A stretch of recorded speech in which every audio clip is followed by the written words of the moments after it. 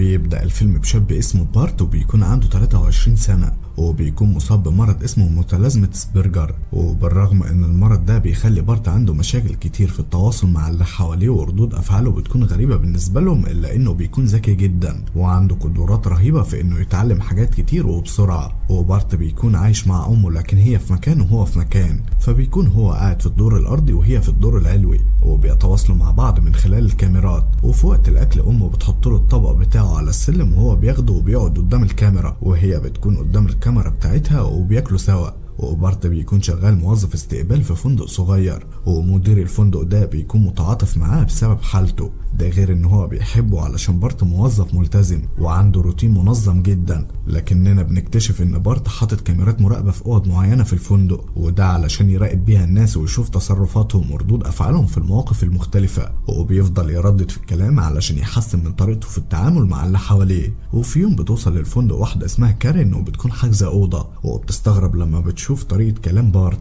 واللي ما بيكونش فيها اي تعبير بيظهر على وشه، وبتستغرب اكتر لما بتلاقيه بيقول لها ان الاوضه اللي هي حجزاها مش متاحه، وبيقدر يقنعها تاخد اوضه من الاوض اللي هو حاطط فيها الكاميرات بتاعته. فبتوافق وبتاخد منه المفتاح وبتروح على الاوضه. وبعدها بارت بيفتح الايباد بتاعه وبيشوف كارين في اوضتها، لكنه بيتفاجئ ان في راجل بيدخل الاوضه من الباب الخلفي، وكارين بتكلمه وبتقوله ان هي حزينه في علاقتها معاه. وبارت بيكون مركز جدا معاهم لدرجه ان هو مش بياخد باله من زميله جاك، وجاك ده هو موظف الاستقبال اللي جاي يستلم منه الشيفت. فبيرتبك وبيقفل الايباد بسرعه، لكن جاك بيساله على اللي هو بيتفرج عليه لانه شاف في الايباد اوضه زي الاوض بتاعتهم، وبيكون شاكك ان جاك بيراقب النزلاء بتوع الفندق. لكن بارت بينكر كل الكلام ده وبيساله هو ايه اللي جابه في الوقت ده، فبيقول له ان هو لقى نفسه فاضي فحب يعمل معاه واجب ويخليه يمشي بدري. وبارت بيكون في الوقت ده متوتر لانه ما بيحبش يغير روتينه اليومي مهما حصل، فبيروح على السوبر ماركت وبيشتري ايس كريم. واول ما بيوصل للبيت بنعرف ان هو موصل الكاميرات اللي في الفندق على الشاشات بتاعته، وبيفضل برضه يتفرج على كارين والراجل اللي معاها لحد ما بتحصل بينهم خناقه كبيره، والراجل ده بيضرب كارين جامد وشنطتها بتقع على الارض وبيقع منها مسدس. فبارت بيخاف وبيتوتر جدا وما بيكونش عارف يتصرف، فبيطلع تليفونه وبيتصل بالفندق علشان يبلغ جاك باللي حصل، لكنه بيقفل السكه بسرعه علشان كده سره هيتكشف. وبيجري على عربيته وبيروح باقصى سرعه على الفندق وبيدخل من الباب الخلفي. وفي نفس اللحظه اللي بيكون فيها جاك خارج عشان يولع سيجاره وبيشوف عربيه بارت فبيستغرب، وفجاه بيسمع صوت ضرب نار من جوه الفندق، فبيروح بسرعه ناحيه الصوت وبيتفاجئ ان بارت موجود في الاوضه وكارين مقتوله، فبيطلب منه ما يتحركش لحد ما يبلغ الشرطه. لكن بارت في الوقت ده بيقوم علشان يشيل كل الكاميرات الموجوده في الاوضه بسرعه، وبيع منه كارت ميموري من غير ما ياخد باله. وبعد شويه بتوصل الشرطه وبيكون في محقق اسمه زباد هو المسؤول عن القضيه، فبيتكلم مع مدير الفندق عن بارت وبيعرف منه ان بارت شغال في الفندق من 3 سنين، ده غير ان هو شاب ذكي جدا وموظف ملتزم وبيحكي له على قصه مرضه والمشاكل اللي هو بيعاني منها. فبيروح المحقق زباد علشان يتكلم مع بارت، وقبل ما يقول له اي كلمه بيلاقي بارت بيحكي له على كل اللي حصل بالتفصيل الممل، من اول ما جاك جه بدري علشان يستلم الشيفت بتاعه، وبعدها هو ركب عربيته واشترى ايس كريم، وبعدها وصل البيت وقعد يتفرج على التلفزيون، ولكنه اتفاجئ ان هو نسي محفظته في الفندق فرجع بسرعه علشان ياخدها. واول ما دخل الفندق سمع صوت ضرب النار فطلع الاوضه بسرعه ولقى كارين للاسف مقتوله. فالمحقق زباد بيطلب منه يهدى وبيساله هو ليه دخل الفندق من الباب الخلفي، فبيقول له ان ده كان اقرب طريق قدامه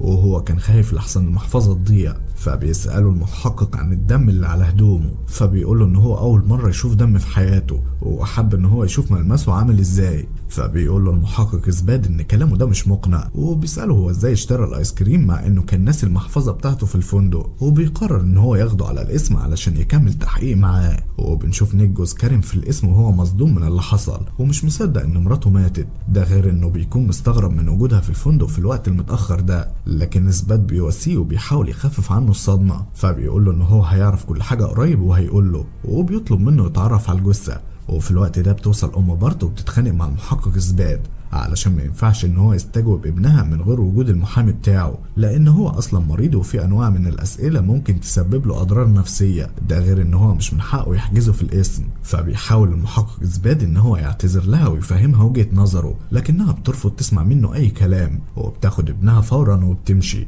واول ما بيوصلوا البيت بتحاول تخفف عنه اللي هو فيه، فبتقول له امه يطلب اي طلب وهي هتنفذه، فبيقرب منها وهي بتبوسه وبتطبطب عليه، وده بيفرق جدا مع بارت علشان علشان الحركة دي بتحسسه بالأمان والحنية، خاصة إن الناس اللي زي بارت بيلاقوا صعوبة في التواصل الجسدي مع اللي حواليهم. وبعدها بيروح يتفرج على فيديو الجريمة من تاني، وبيشوف وشم على دراع الراجل اللي كان مع كارين. وتاني يوم بارت بيروح على الفندق، فالمدير بتاعه بيقوله ان هو نقله على الفرع التاني بتاع الفندق، وان هو هيكون في نفس المواعيد بتاعته اللي كانت هنا، وان هو عمل كده علشان يخليه يريح اعصابه. ده غير ان الفرع التاني هادي وما فيش شغل كتير. وفي اول يوم لبارت في الفرع الجديد بتاع الفندق بيلاقي بنت زي القمر اسمها اندريا جايه علشان تحجز اوضه، وبتعرف ان هو جديد في المكان لانها بتنزل في الفندق ده بقالها فتره طويله، وكمان بتاخد بالها من المرض بتاع بارت من خلال ردود افعاله، فبتتعاطف معاه وبتتكلم معاه بطريقه لطيفه جدا. وبعد كده بنشوف بارت وهو في البيت وبيطلع الكاميرا اللي حاططها في الجرافطه بتاعته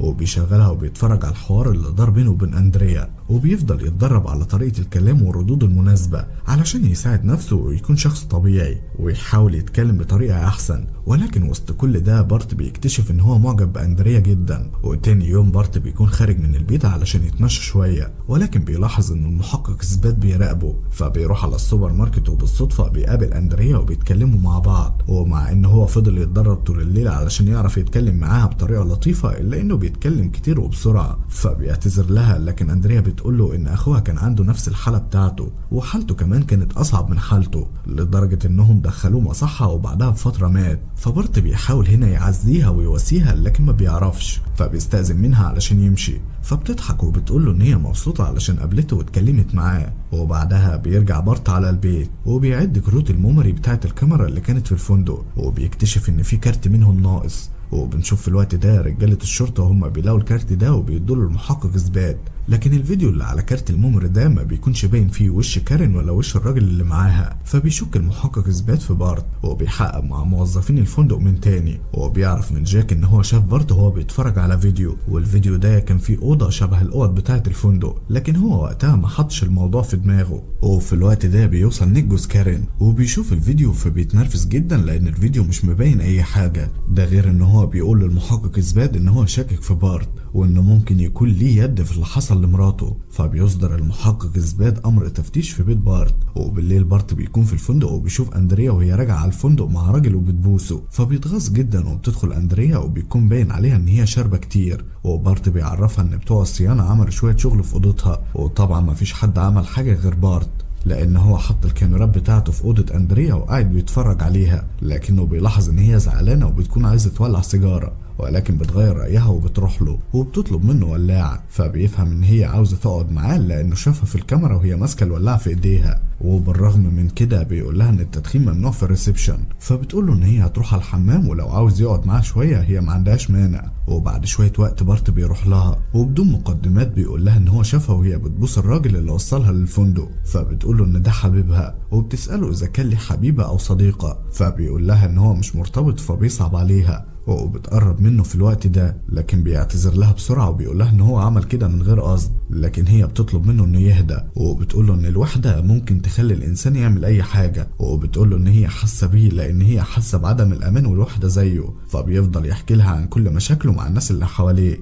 بسبب حالته المرضية، وان هو عشان كده بيفضل كتير لوحده. وبيقرب منها وبيحط راسه على رجلها زي الاطفال، فبيصعب عليها وبتطبطب عليه. وبتقوله ان حبيبها اكبر منها ومتجوز ومش دايما موجود معاها، وان هي تعرفه من فترة طويلة. وبالرغم من كل ده الا انها خايفة انه يجي يوم ويسيبها، لكن بارت بيطمنها وبيقول لها ما تخافش من اي حاجة لان هو اللي هيكون الحارس بتاعها. فبتضحك وبتقول له ان هي موافقة. وتاني يوم بارت بيروح يشتري عربية جديدة، وبعدها بيروح يجيب هدوم جديدة وبيعمل نيو لوك علشان يلفت نظر اندريا وتعجب بيه. وبيروح على الفندق وبيتصل بيها علشان يخرجوا سوا، ولكنه بيتصدم لما بيشوفها من شباك الأوضة وهي مع حبيبها، فبيزعل هنا جدا. وفي نفس الوقت بيلاحظ الوشم اللي على دراع الراجل اللي معاها، وبيكون هو نفس الوشم بتاع الراجل اللي قتل كارين. وبيرجع بعدها بارت على البيت وبيلاقي رجال الشرطة بيفتشوا كل حتة في البيت، والمحقق اثبات بيعرفوا كارت الميموري اللي لقوه في الفندق، وبيسألوا عن باقي الفيديوهات اللي على الهارد بتاعه، فبيقول له ان هو مسحها كلها. فبيسأله اذا كان معاه نسخة تانية، فبيقول له ان هو معهوش. لكن المحقق اثبات بيقول له ان بصماته مالية الأوضة بتاعت كارين، وان هو شاكك فيه ان هو قتلها عشان رفضت تدخل معاه في علاقة. فبيقول له بارت ان الكلام ده مش منطقي،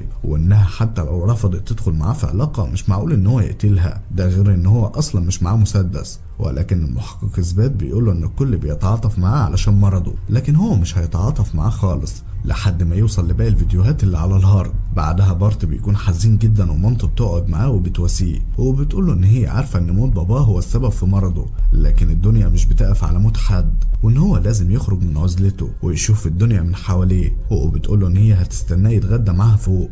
وبعد شوية بنشوف بارت وهو طالع لأمه علشان يتغدى، وهي بتكون في قمة سعادتها علشان بارت ابنها أول مرة يعمل كده من يوم وفاة أبوه. وفي نفس الوقت ده بتكون أندريا مع نيك في عربيته وبيقول لها إن مفيش قدامهم أي حل تاني غير كده علشان يقدروا يكملوا حياتهم. وتاني يوم أندريا بتروح تزور بارت في البيت وبتقابل أمه وبتقول لها إن هي صاحبته، ومع إن أم بارت ما بتكونش مصدقاها لكن بتخليها تدخله، ولكن بارت ما بيكونش طايقها وبيكلمها من ورا الباب وبيحكي لها على اللي هو شافه في الأوضة، وبيقول لها إن هي كسرت قلبه، فبتعتذر له وبتوعده إن هو مش هيشوف وشها تاني وبتسيبه وبتمشي. وبالليل بارت بيراقب أندريا من الكاميرات اللي في أوضتها وبيتفاجئ لما بيشوف نيك وهو بيدخل عليها الأوضة وبيتخانق معاها، وبيتأكد إن هو الراجل اللي قتل كارين. والخناقة بينهم بتكبر في الوقت ده وأندريا بتمسك المسدس وبتهدده بالمسدس وبتحبس نفسها في الحمام.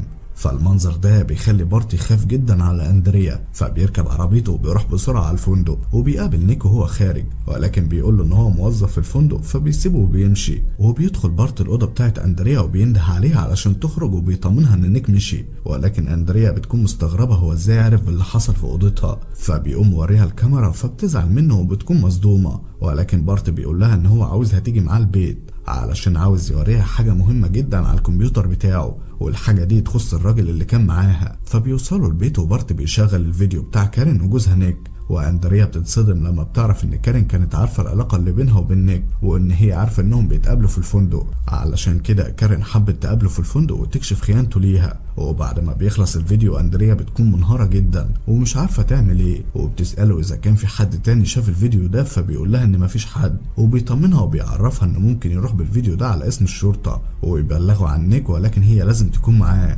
ولكن أندريا بتكون منهارة ومتلخبطة ومش عارفة تعمل ايه، وبتنام من كتر التعب وبارت بينام جنبها. وتاني يوم بارت بيصحى بيلاقيها جاهزة علشان تروح معاه القسم، فبيقرب منها وبيلمسها وبتلمسه، وبيقول لها ان اول مرة في حياته يعمل كده وان كل حاجة معاها سهلة جدا. لكن بارت بيكتشف ان كل ده حلم وان أندريا ضحكت عليه واخدت الهارد اللي عليه الفيديو ومشيت. ومش بس كده، دي سابت المسدس اللي اتقتلت بيه كارين تحت مخدته، يعني هتبلغ عنه وتحبسه. وفي الوقت ده أندريا بتكون بتدي الهارد لنيك وبتكون زعلانة من نفسها جدا بسبب اللي عملته، وبتركب معاه العربية وبيهربوا سوا.